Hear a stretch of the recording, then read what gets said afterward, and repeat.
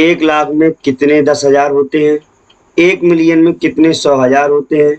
1 करोड़ में कितने 10 लाख होते हैं? 1 करोड़ में कितने मिलियन होते हैं? 1 मिलियन में कितने लाख होते हैं? 1 लाख में कितने जीरो होते हैं? 1 अरब में कितने जीरो होते हैं? 1 बिलियन में कितने जीरो होते हैं? आपके मन में इस तरीके के सवाल बहुत आते होंगे और कई बार इन सवालों में आप फंस जाते होंगे। आज की वीडियो में हम इन सवालों को ऑपरेशन करने वाले हैं, यानी कि इनके बारे में एक-एक करके समझने वाले हैं। तो मेरी गारंटी है आपको पूरा समझ में आएगा। बस शर्त इतनी सी है कि इसको अंत तक ज़रूर देखें। यदि आप बीच में छोड़ के भाग गए तो फिर मेरी कोई गारंटी नहीं है। तो जय हिंद दोस्तों, मैं हूं Yogesh Kumar. Welcome to study with Y G. ये बेसिक मैथमेटिक्स क्लास का क्लास 7 है और यदि अभी तक आपने चैनल को सब्सक्राइब नहीं किया है तो सब्सक्राइब कर लीजिए, क्योंकि इस तरीके के और भी आपको अच्छे वीडियो मिलने वाले हैं जो भी बेसिक मैथ से संबंधित होंगे। इंस्टाग्राम आप चलाते हैं तो आप हमें फॉलो कर सकते हैं। हमारी आईडी है 2389YO, वहाँ पर डालेंगे तो हमारा अकाउंट आ जाएगा, वहाँ पर हमें फॉलो कर सकते हैं। तो चलिए शुरुआत करते हैं आज की इस क्लास की और एक-एक करके समझते हैं। तो सबसे पहले बात करेंगे हम संख्या और संख्या पद्धति, यानी कि इंग्लिश में कहते हैं नंबर एंड नंबर सिस्टम। तो सबसे पहले बात करेंगे अंक की। तो आप जानते हैं हमने आपको एक वीडियो पहले बता चुके हैं, एक वीडियो में समझा चुके हैं कि अंक क्या होते हैं और संख्या क्या होती है, अंक कितने होते हैं, संख्याएं कितनी होती हैं। यदि आपने अभी तक वो वीडियो नहीं देखा है तो इससे पहले आप उस वीडियो को जरूर देखिए, ताकि ये वीडियो आपको पूरी तरीके से समझ में आ जाए। उसका लिंक आपको नीचे बॉक्स में मिल जाएगा, तो आप देख लीजिए। तो चलिए अंक के बारे में थोड़ा यहाँ समझते हैं। 0, 1, 2, 3, 4, 5, 6, 7, 8, 9 को अंक कहते हैं। हमारी संख्या पद्धति, यानी कि हमारी संख्या पद्धति से मतलब है जो पद्धति हम पढ़ते हैं, यूज करते हैं, यानी कि जिसको हम भारतीय पद्धति भी कहते हैं और इसी को दार्शनिक पद्धति भी कहते हैं, में इन्हीं 10 संकेतों का प्रयोग होता है।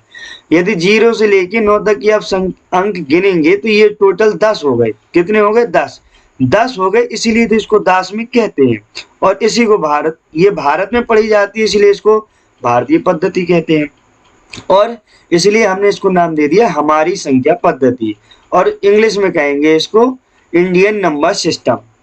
तो हमारी संख्या पद्धति में इन्हीं 10 अंकों का यूज होता है और इन्हीं अंकगणित में संख्याएं इन्हीं अंकों से बनती हैं।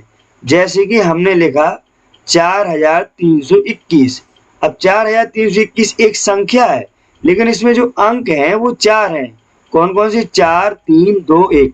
हमने एक संख्या और ली, जैसे हमने लिखा 231, 231। अब ये एक नंबर हो गया 231, लेकिन इसमें पूछा जाए कि इसमें अंक कितने हैं, तो इसमें 3 अंक हैं, 2, 3 और 1, और 231 एक हो गई पूरी संख्या। तो चलिए थोड़ा और आगे जानते हैं। देखिए पद्धतियां तो बहुत होती हैं, जैसे कि भारतीय पद्धति जिसके बारे में अभी चर्चा किया, इसी को राष्ट्रीय पद्धति कहेंगे, इसी को दार्शनिक पद्धति। इसके अलावा अंतरराष्ट्रीय पद्धति, रोमन पद्धति, बाइनरी पद्धति और भी बहुत सी पद्धतियां होती हैं, लेकिन आज हम जिसके बारे में पढ़ने वाले हैं वो दो के बारे में पढ़ने वाले हैं, भारतीय पद्धति और अंतरराष्ट्रीय पद्धति। बाकी बची रोमन पद्धति और बाइनरी पद्धति, तो इसको फिर कभी आगे की क्लास में जरूर पढ़ेंगे। तो जैसे एक बात नोट करने वाली है कि जो हम अपनी पद्धति पढ़ते हैं वो हमेशा राइट टू लेफ्ट चलते हैं। राइट टू लेफ्ट का मतलब है कि जैसे हमने ये संख्या लिखी तो हम इस तरफ से गिनते हैं, हमेशा इस तरफ से ऐसे गिनते हैं, इस तरफ से, यानी कि 7 से गिनेंगे इस तरफ से, इकाई, दहाई, सैकड़ा, हजार, 10,000, लाख, 10 लाख, यानी कि इसको पढ़ेंगे 12,34,566। तो याद रखिए हमेशा कुछ लोग इस तरफ से गिनने लगते हैं, लेकिन हमेशा इस तरफ से गिनते हैं, 7 की तरफ से गिनेंगे, यानी कि राइट टू लेफ्ट, यानी कि दाईं ओर से बाईं ओर की तरफ। अब हम एक एक करके पद्धतियों के बारे में पढ़ते हैं।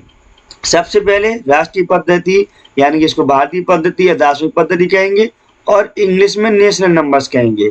तो होता है इकाई, दहाई, सैकड़ा, हजार, 10,000, लाख, 10 लाख, करोड़, 10 करोड़। देखिए एक चीज यहाँ समझने वाली है कि जो हम अपनी पद्धति पढ़ते हैं उसमें पहले तो इकाई आता है, दहाई आता है, सैकड़ा आता है। इसके बाद फिर हम पढ़ते हैं हजार। हजार को 1000 भी बोल सकते हैं, फिर 10,000, फिर 1,00,000, 10,00,000, फिर 1 करोड़ और 10 करोड़। यानी कि हमारा 1 10 1 10 1 10 इस तरीके से चलता है। अब यही बात करें हम अंतरराष्ट्रीय पद्धति की, तो अंतरराष्ट्रीय पद्धति में थोड़ा सा अंतर होता है। क्या होता है? देखिए, इकाई को तो इकाई ही बोलते हैं, और दहाई को दहाई बोलते हैं, और सैकड़ा को सैकड़ा बोलते हैं, और 1,000 को 1,000 बोलते हैं, और 10,000 को 10,000। यहाँ तक तो बिल्कुल सेम होता है एकदम, जैसे हम पढ़ते हैं अपनी भारतीय में ऐसे यहाँ अंतरराष्ट्रीय में। लेकिन 10,000 के बाद हम पढ़ते हैं यहाँ पर लाख, लेकिन यहाँ पर आ जाता है 100,000। तो यानी कि यहाँ से आपके क्वेश्चन तैयार हो गया कि बताइए 100,000 में कितने लाख होते हैं, तो आप बता देंगे 1,00,000। या ऐसे भी पूछे कि 1,00,000 में कितने हजार, तो आप बताएंगे 100,000। 100,000 के बाद आता है 1 मिलियन, 10 मिलियन और 100 मिलियन।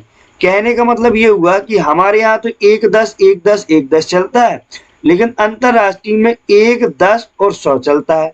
यानी कि 1,000, 10,000, 100,000। इसके बाद मिलियन चलेगा, तो यानी कि 1 मिलियन, 10 मिलियन और 100 मिलियन। तो इस तरीके से आपसे पूछा जाए कि बताइए 1 मिलियन में कितने लाख होते हैं, तो आप बता सकते हैं कि 1 मिलियन में 10 लाख होते हैं। 10 मिलियन में कितने लाख होते हैं, तो आप बता सकते हैं कि 10 मिलियन में लाख नहीं बल्कि 1 करोड़ होते हैं। या आप ऐसे भी पूछ सकते हैं, बताइए 1 करोड़ में कितने मिलियन होते हैं, तो आप बताएंगे 10 मिलियन। या 10 लाख में कितने मिलियन होते हैं, तो 1 मिलियन। 10 करोड़ में कितने मिलियन होते हैं, तो 100 मिलियन। तो यहाँ से आपके कितने सारे क्वेश्चन तैयार हो गए। इस तरीके से आप बता सकते हैं 100 मिलियन में कितने करोड़ होते हैं, तो 10 करोड़ होते हैं। इसके आगे भी होते हैं, तो चलिए इसके आगे और देखते हैं। तो 10 करोड़ हो गया। 10 करोड़ के बाद आता है 1 अरब, फिर आता है 10 अरब, फिर 1 खरब, यानी कि अरब और खरब। खरब के बाद यानी कि 1 खरब 10 खरब। 10 खरब के बाद आएगा 1 नील, फिर इसके बाद 10 नील, इसके बाद 1 पदम, इसके बाद 10 पदम, इसके बाद 1 शंख, इसके बाद 10 शंख और महाशंख। आपको एक चीज और ध्यान रखनी है, वो ये है कि यदि आपसे पूछा जाए कि बताइए 100 में कितने जीरो होते हैं, तो आप बड़ी आसानी से बता देंगे कि 100 में 2 जीरो होते हैं। लेकिन वहीं आपसे पूछ लिया जाए कि 1,00,000 में कितने जीरो होते हैं, तो शायद आप जल्दी से ना बता पाए। तो याद रख लीजिए कि 1,00,000 में 5 जीरो होते हैं। कितने? 5।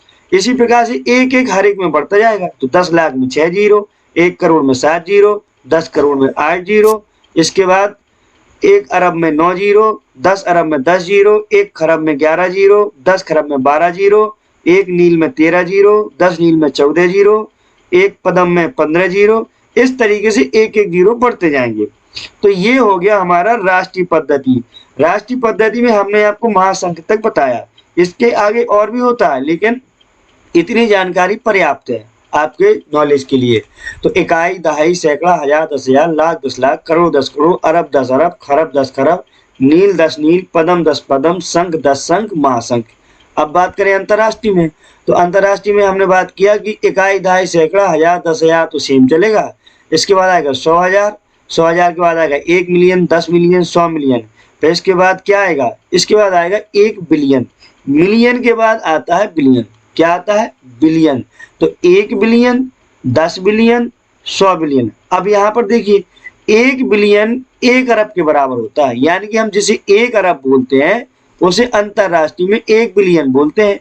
तो यहाँ पूछ लिया जाएगा कि बताइए 1 बिलियन में कितने अरब, तो आप बोलेंगे 1 अरब। या ऐसे पूछे कि 1 अरब में कितने बिलियन, तो आप बोल देंगे 1 बिलियन। 10 बिलियन में कितने अरब, तो 10 अरब।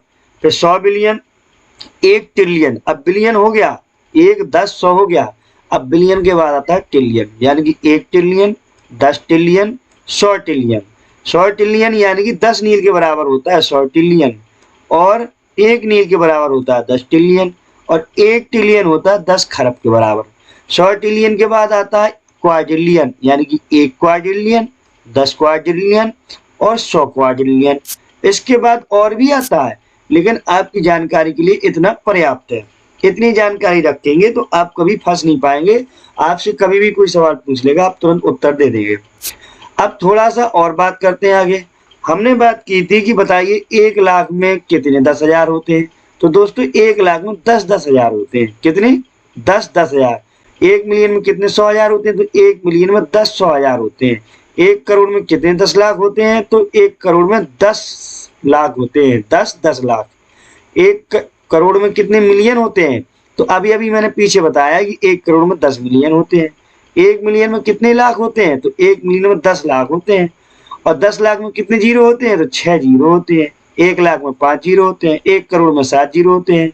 और 1 मिलियन 10 लाख के बराबर होता है। तो या तो पूछे कि 1 मिलियन में कितने लाख? तो आप कहोगे 10 लाख। और 1 मिलियन में और 10 लाख होते हैं, तो 1 लाख में कितने जीरो होते हैं? तो अभी भी बताया कि 1 लाख में 5 जीरो होते हैं। कितने? 5। और 1 अरब में कितने जीरो होते हैं? 1 अरब में 9 जीरो होते हैं। इसके बाद 1 बिलियन में कितने जीरो होते हैं? तो दोस्तों 1 बिलियन 1 अरब को ही तो कहते हैं। हमने अभी पीछे डिस्कस किया कि 1 बिलियन 1 अरब को कहते हैं।